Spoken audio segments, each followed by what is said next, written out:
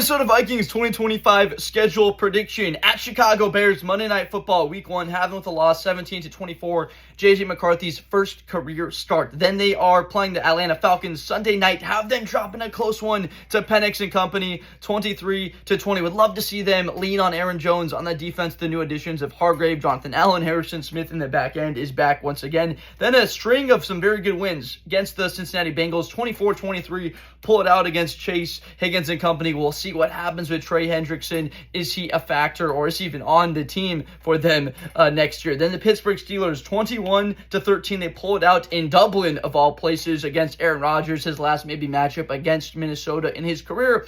And then the Cleveland Browns 28-16, able to run the football. I know there's Mason Graham, there's Myles Garrett, but they don't have Jeremiah Owusu-Koramoah, and the Vikings do have Justin Jefferson and Jordan Addison, arguably the best duo of wide receivers in football. The bye week hits, and then I think they get blown out by Philly 30-10. Them just leaning on Hurts' legs, short yardage situations, giving the ball to Barkley, filling that balance between Hurts with Barkley using his own legs, and then A.J. Brown and Devontae Smith. Then the next week, a loss at the Chargers, tough place to play, 32-18. SoFi is louder than you would think. I know Minnesota will get a lot of fans in that game, but still have them with a loss to Marion Hampton, the new addition, and Justin Herbert, Lad McConkey, Trey Harris. They are improved. And then at the Lions, 14-23, have them with a loss. Tight game, but Lions pull away a little bit later in that one. Of course, we know how talented they are. Maybe they have a better duo in Amon-Ra St. Brown and Jameson Williams. The next week, Baltimore Ravens, Lamar Jackson, they put up 36 points. Vikings lose 36-14 before the Vikings get redemption against Chicago, 26-14.